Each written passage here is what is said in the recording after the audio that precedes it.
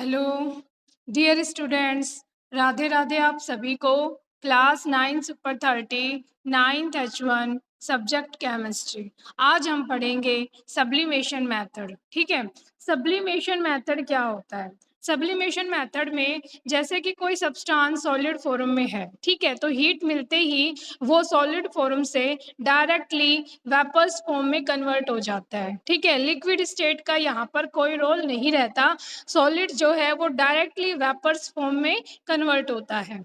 जैसे कि आपने कैम्फर देखा होगा, मतलब कपूर, इसके अलावा नैप्थलीन बॉल्स, ठीक है, जो सॉलिड फॉर्म में होती है और डायरेक्टली फिर वो वेपर्स फॉर्म में कन्वर्ट हो जाती है। This method is applied to separate a mixture which contains volatile and non-volatile solid. ये जो मेथड है वो कब अप्लाई किया जाता है? मतलब आपके पास कोई मिक्सचर है जिसमें आपने दो तरह के सॉलिड को मिक्स कर रखा है, ठीक है, तो एक सॉलिड तो ऐसा होता है जो वोलाटाइल है और एक सॉलिड ऐसा होता है जो नॉन वोलाटाइल है। अब वोलाटाइल सॉलिड क्या होता है?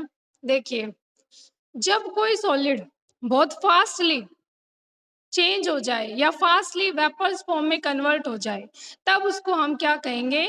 Volatile solid. और जब कोई सॉलिड वेपर्स फॉर्म में कन्वर्ट नहीं होता, तब उसको हम कहेंगे non volatile solid. Okay, it is based on the principle that on heating the volatile components will sublime and the condense, but the non volatile component will remain in vessel china dish। जैसे कि China dish में आपने दो तरह के solid को mix कर रखा है, तो जो सॉलिड वोलाटाइल होगा वो क्या करेगा?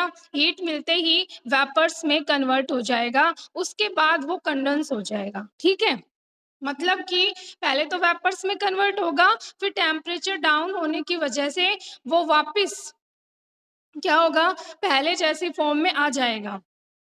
और जो नॉन वोलाटाइल कंपोनेंट होगा उसके कोई इफेक्ट ही नहीं होगा, है ना, वो तो सॉलिड फॉर्म में था और वो वैसा का वैसा ही रहेगा और वो वेसल में ही रहेगा। मान लो चाइना डिश में डाल रखा था मिक्सचर, तो वो चाइना डिश में ही रहेगा।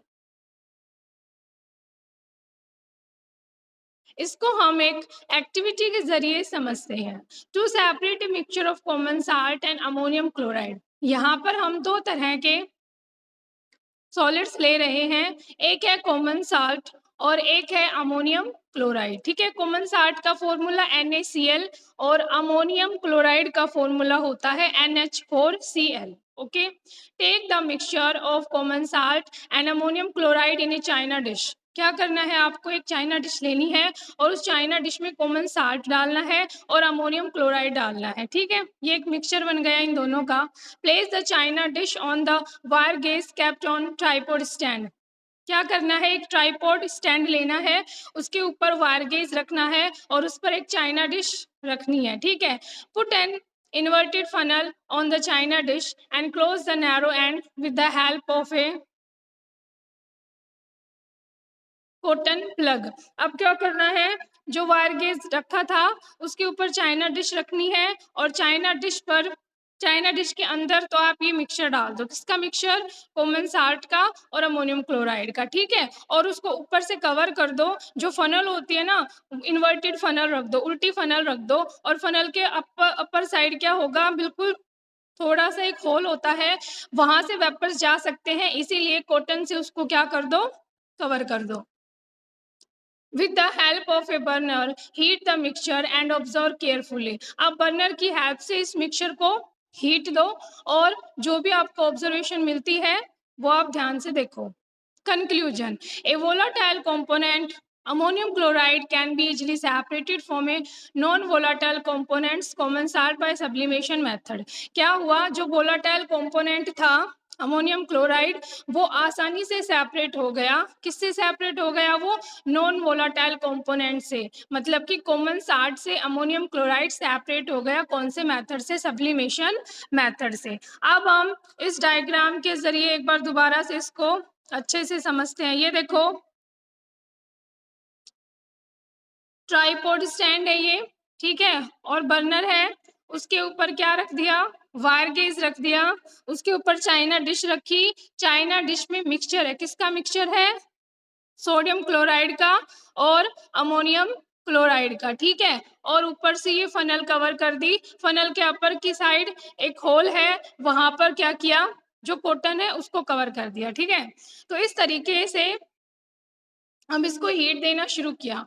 तो ऊपर से जो कॉटन से कवर किया था वो इसलिए किया था ताकि हीट मिलेगी तो अमोनियम क्लोराइड जो कि सॉलिड फॉर्म में है वो डायरेक्टली वेपर्स फॉर्म में कन्वर्ट होगा, और वेपर्स फॉर्म में कन्वर्ट होने के बाद वो इस यहाँ से फनल के अपर की साइड से जा सकता है, क्योंकि यहाँ पर जगह थी, इसलिए इस जगह को क्या कर दिया, कॉटन से फिल कर दिया ताकि वेपर्स बाहर एटमॉस्फेयर में ना जा सके। अब क्या होगा, इसको मिक्सचर को हीट कर रहे हैं तो जो साल्ट है, कॉमन साल्ट, वो तो वैसे का वैसा ही रहेगा, सॉलिड फॉर्म में था और सॉलिड में ही रहेगा। लेकिन जो अमोनियम क्लोराइड था, हीट मिलने से अमोनियम क्लोराइड वेपर्स में कन्वर्ट हो गए, ठीक है। अब ऊपर से कॉटन से कवर कर दिया तो वेपर्स बाहर भी नहीं जा पा रहे। अब वेपर्स क्या होगा, इस फनल के अपर की साइड क्या हो जाएगा, सारे स्टोर हो जाएंगे, ठीक है।